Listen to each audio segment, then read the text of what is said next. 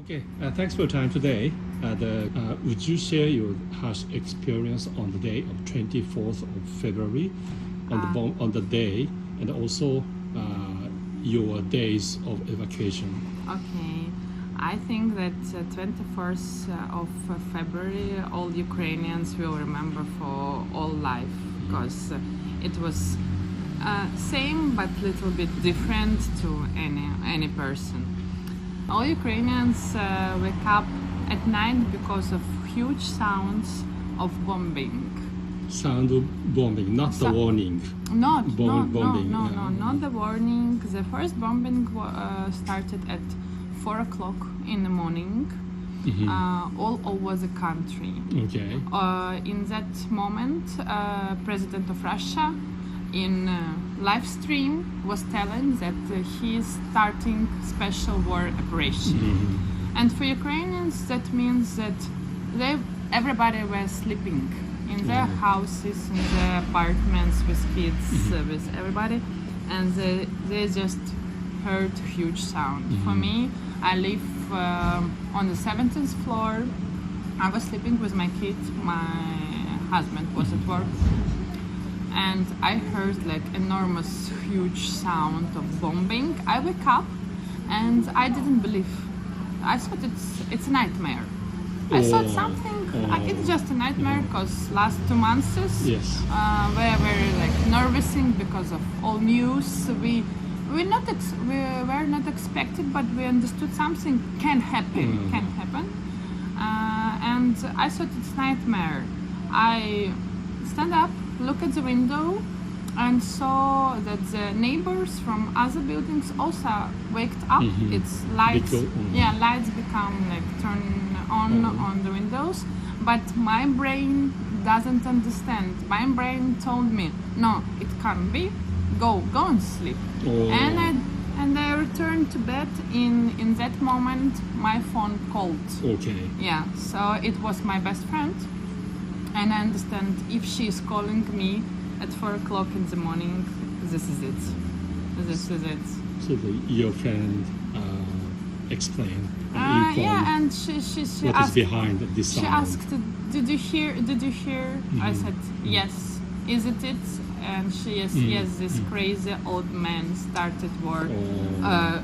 Or if you want, see YouTube.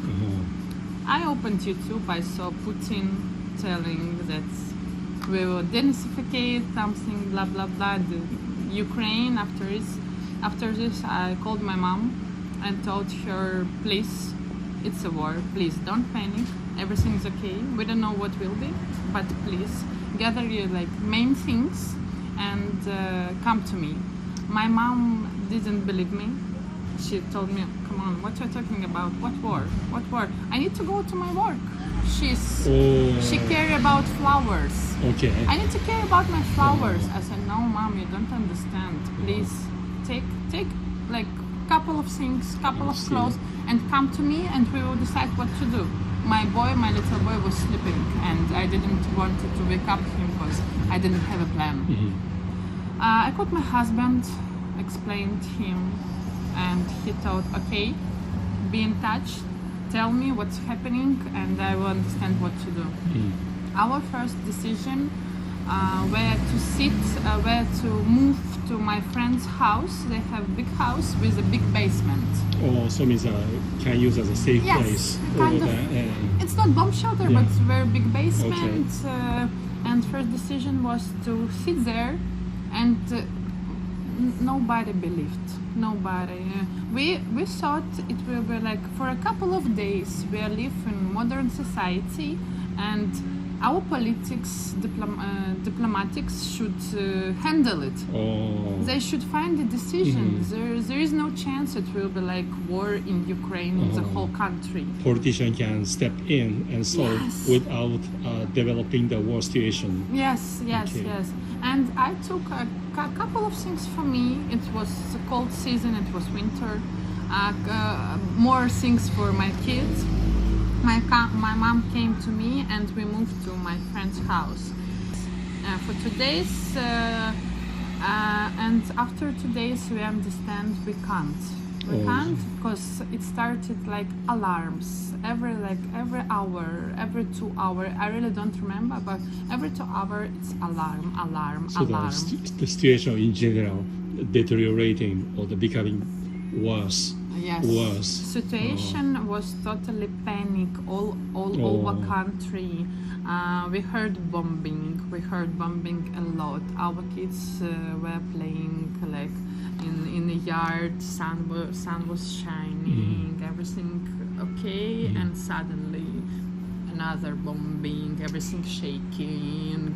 We are like catching our kids, catching cats, like running to the basement, close the basement, sitting and like reading news, what happening. And lucky for us, for citizens of Odessa, it was just air bombing, and they was just destroying the rockets in the air.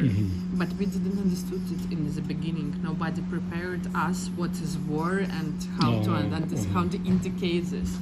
And we were watching news, and in that moment it was huge fights near other cities, near Kherson, near Donetsk, near east part of Ukraine, southeast part, and like every 15 minutes you're reading that Russian army coming closer. They already came to Mykolaiv. And it was very hard fighting there. We heard this bombing. We heard news from Mykolaiv that they're destroying houses, that they're coming to civilian houses, like ruining everything. And we understood we can't live in it because I have a small child, friend of mine. She also have the same age child. We decided to move to Moldova because it's the closest country. It's 1 hour and a half driving by car to a border, but we didn't expect that it will be such great panic. And when in 2 days we moved to the border, it was line, it was traffic jam. I don't know, for maybe 20,000 of cars. We stayed on this jam for 20 hours. Usually, if there's no traffic, it's just 1 hour or 2 hours. 1 hour. 1 hour or 40 minutes. But on the day, 20 hours to pass the border. Enter the border, to just enter the border. Because and then of 2 hours driving to Chisinau, to the capital of Moldova. So it's 70 kilometers. 70 kilometers we passed in 20 hours. It really took time. Yeah, it took time. Everybody are in panic, and I really remember the thing that we are sitting in the car. It's cold. That is the end of February. Yeah, it's 26th of February. 26th. It's cold. It's the coldest month, and we were afraid to put the heating because we don't know how long we will stay in this traffic jam, and we should have a gasoline. So we are sitting without heating. We can go to the toilet only like in the field, in the bushes, because it's a highway. It's a highway, and it's already night. Everything dark, and suddenly we managed to go to the border. We already have like 10 kilometers to border, and 10 kilometers, and it will be Moldova. And it's already night, and suddenly the alarm starts. Means the bombing is alarm. It means it's air attack. Air attack. And all cars, one woman from I don't know from which car, ran from the car and start shouting. Everybody, shut down the lights! Shut down the lights! They shouldn't see us. And everybody's become more scared, shut down the lighting, closing doors, somebody run to the fields. It's very scary. It's scary, yes. Now we understand after half of the year, we get used to it. People who decided to stay in Ukraine, they already can tell you what the bombing is now. They know the sound. Is it air bombing or it's ground bombing? Is it air? Is it some just shooting? Shooting Is they already or just rocket passing by? because when the rocket is passing by, it's very huge. It's enormous sound, and cars are shaking. Since then, basically you stay in Chisinau. Yes. How about your mother? First 2 months we were together. In Chisinau, Moldova. Yeah, yes. she were helping us with the kid because he should go to kindergarten. He's small, and actually the main point I was worrying about her like physically because I didn't know what will be in Odessa, and for me it was scary to leave her in Odessa. So that's why I asked her, please come with me. At least with me, I know you will be safe. Physically, not mentally, but physically you will be safe. But after these 2 months as well, we understand that it's okay to stay in Odessa. Yes, it's bombing. It was bombing there, but Odessa isn't destroyed. We have some bombing, we have some houses destroyed, but not like all city. It was like 1 or 2 bombing. Odessa is kind of calm region. So your mother's place was all right at that time? Yes. So she wanted to go back? Yes, she wanted to come back. The reason is? She's 63 years old, and for sure it's very hard to move to another country, to left her hometown, to left her like walls, her like friends, her job. For more young people, we understand it, and we are strong mentally. Adjust. But for old people, it's usual situation. They don't want to leave. Okay, almost 6 months has passed since the start of the military operation. As a mother, what is your main concern as of now? If possible, could you share? Main concern is my kids to be safe and happy. For him, it's okay to be in Chisinau because he's too small. He doesn't have a social living like teenagers have. He has friends, and he misses these friends very much. He remember like every child from his kindergarten from Odessa by name, and asking me, please call them with the camera, I want to speak with them. And he can't communicate with Moldovan kids. Because of language. Because of language, he coming to them, start like telling something, they're answering in Romanian, and for him it's like block. No, mom, I want to communicate with them. And now I know if he's playing with somebody in a park or on a playground, for sure it's Ukrainian refugee. He's like, and Ukrainian refugees are all the same, all kids, they're looking for each other.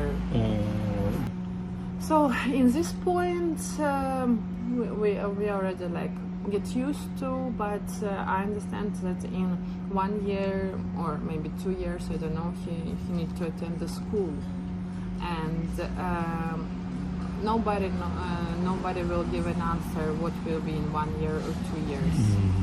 And I want him to attend the school offline, not online. I want him to get proper education.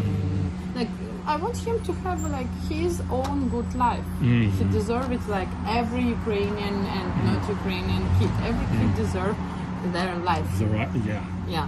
Like peaceful, calm. They should decide what to do in their life, not like military or somebody. I'm not sure about our future. Maybe we will move. Maybe we will move if the war won't stop. Maybe we'll move to another country.